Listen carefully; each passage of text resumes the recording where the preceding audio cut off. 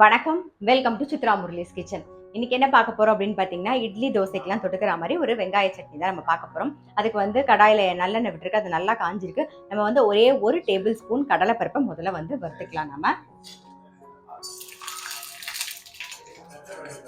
பாருங்க, வறுபட்டுருக்கு, எடுத்துடலாம்.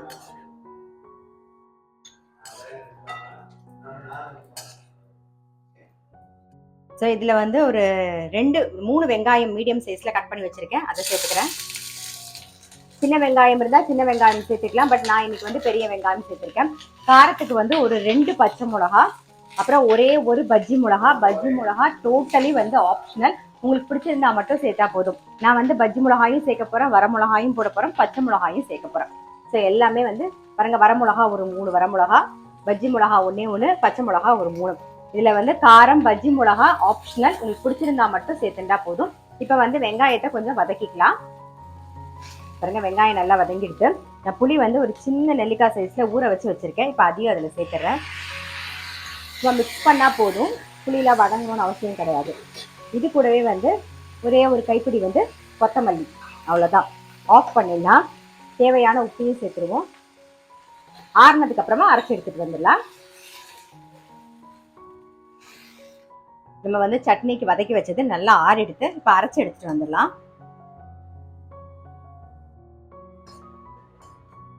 இது கூடவே வந்து நம்ம வந்து கடலைப்பருப்பு வறுத்து வச்சிருக்கோம் இல்லையா, ஒரே ஒரு டேபிள் ஸ்பூன், அதையும் சேர்த்து அரைச்சி எடுத்துட்டு வந்துடலாம். இந்த பக்கம் வந்து கடாயில நல்லெண்ணெய் விட்டுருக்கு, அது நல்லா காஞ்சிட்டு பாருங்க, நம்ம வதக்கினதை நல்லா அரைச்சின்னு வந்தாச்சு. ரொம்ப நைஸா இருக்க வேணாம், இந்த மாதிரி கோர்ஸா இருந்தா தான் நல்லா இருக்கும். ஸோ இதுக்கு வந்து கடுகு, உளுத்தம்பருப்பு, கடலைப்பருப்பு தாளிச்சிக்கலாம். கருவேப்பிலை கொஞ்சமா மஞ்சள் பொடி,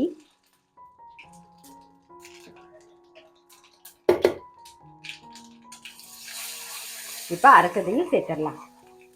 சேர்த்து ஒரு வதக்கிக்கலாம்.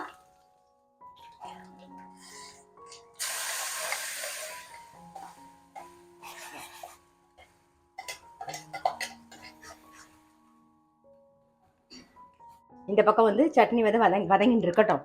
அதுக்குள்ள இந்த பக்கம் பாருங்க, கல் வச்சிருக்கேன், நல்லா காஞ்சிருக்கு. நம்ம வந்து தோசை வதக்கலாம்.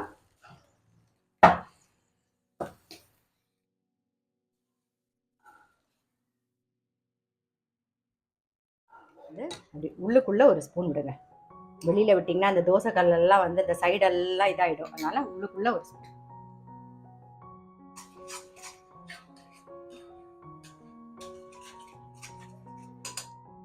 பாருங்க, தோசை ரெடி ஆயிட்டு எடுத்துடலாம்.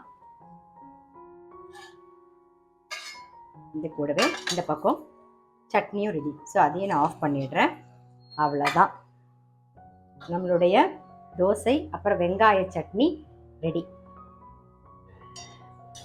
இது வந்து நீங்கள் வந்து நான் இன்னைக்கு பஜ்ஜி மிளகா சேர்த்து பண்ணேன். பஜ்ஜி மிளகா டோட்டலி ஆப்ஷனல். உங்களுக்கு பிடிச்சிருந்தா மட்டும் பஜ்ஜி மிளகா போட்டு பண்ணுங்க. அப்படி இல்லைன்னா பச்சை மிளகாயும் வர மிளகாயும் சேர்த்து பண்ணலாம், இல்லை பச்சை மிளகா மட்டுமும் பண்ணலாம், வர மிளகா மட்டுமும் பண்ணலாம். ஸோ எல்லாமே நம்மளுடைய விருப்பம் தான். பட் இந்த காம்பினேஷன்ல இந்த மாதிரி சட்னி ட்ரை பண்ணி பார்க்கல, வெங்காயம்லாம் போட்டு ட்ரை பண்ணி பார்க்கல அப்படின்னா வெங்காய சட்னி கண்டிப்பா ட்ரை பண்ணி பாருங்க. நான் அடுத்த வீடியோல சந்திக்கிறேன்.